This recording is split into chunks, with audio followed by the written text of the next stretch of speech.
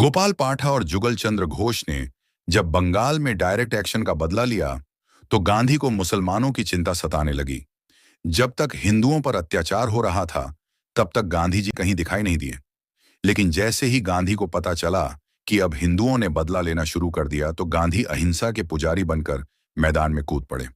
गांधी ने शांति और अहिंसा का संदेश देते हुए गोपाल पाठा से अपने हथियार डालने और हिंसा का रास्ता छोड़ने को कहा था।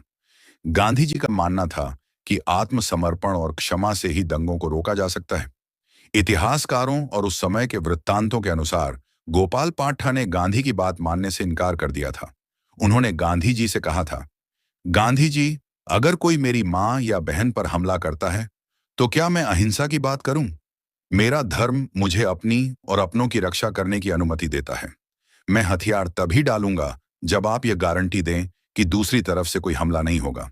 गांधी जी ने उन्हें समझाया कि बदला लेना कायरता है, लेकिन गोपाल पाठा का तर्क था कि निहत्थे रहकर मर जाना वीरता नहीं बल्कि बेवकूफी है। उन्होंने स्पष्ट किया कि वे किसी पर हमला नहीं कर रहे हैं बल्कि केवल प्रतिकार, सेल्फ डिफेंस कर रहे हैं। यह मुलाकात बिना किसी समझौते के समाप्त हुई थी। गोपाल पाठा ने अपने हथियार नहीं डाले। गांधी के नोआखली दौरे के साथी प्रोफेसर निर्मल कुमार बोस एक बार फिर गांधी के साथ कलकत्ता में ही रुके हुए थे।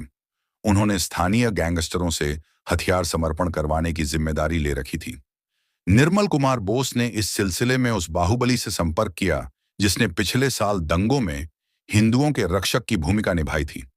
उसका नाम था गोपाल पाठा।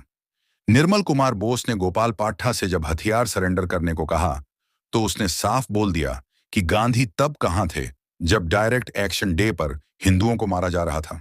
मैं और मेरे लोग हथियार सरेंडर नहीं करेंगे क्योंकि इनसे हम अपने इलाके की महिलाओं और बच्चों की रक्षा करते हैं। 31 अगस्त की रात गांधी पर हमला हुआ था, जिसके बाद पूरे इलाके में पुलिस तैनात कर दी गई। इसके बाद भी अगले दिन गांधी के घर से कुछ मीटर की दूरी पर मुसलमानों को ले जा रहे एक ट्रक पर हैंड ग्रेनेड फेंका गया, जिसमें 2 लोगों की मौत हो गई। जाहिर है, इन हालात में सिर्फ पुलिस पर भरोसा नहीं किया जा सकता था। इस पूरे इलाके और गांधी को अतिरिक्त सुरक्षा की आवश्यकता थी, जो सिर्फ एक शख्स दे सकता था, जिसका नाम था गोपाल पाठा।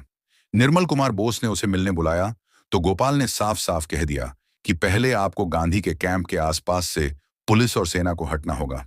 सिर्फ मेरे लड़के हथियारों के साथ यहाँ की सुरक्षा करेंगे और गांधी जी को इसके लिए लिखित में अनुमति देनी होगी। बाद में जाकर गोपाल पाठा ने एक इंटरव्यू में यह दावा किया था कि गांधी ने इसके लिए एक कागज पर हमें लिखित में अनुमति दी थी। पाठा के ये सनसनीखेज दावे इसलिए सच नजर आते हैं कि क्योंकि निर्मल कुमार बोस ने भी अपनी किताब माई डेज विद गांधी में भी कुछ कुछ इसी तरह की घटना का वर्णन किया है।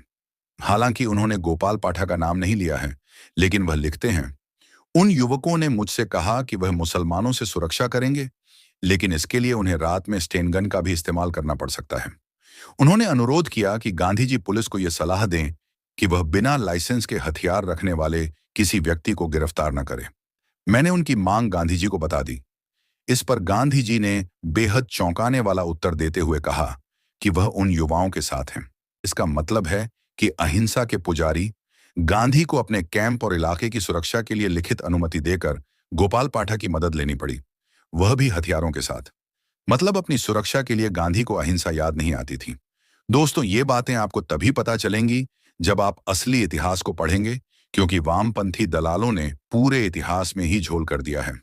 उन दरबारी इतिहासकारों ने आपको इतना ही पढ़ाया जिससे आपको बेवकूफ बनाया जा सके और आपको इतिहास का पता ही न चले, क्योंकि आपकी सिलेबस की किताबों में वामपंथी दलालों की ही किताबें पढ़ाई हैं और सिलेबस बाहर कुछ ही व्यक्ति होते हैं जो पढ़ पाते हैं।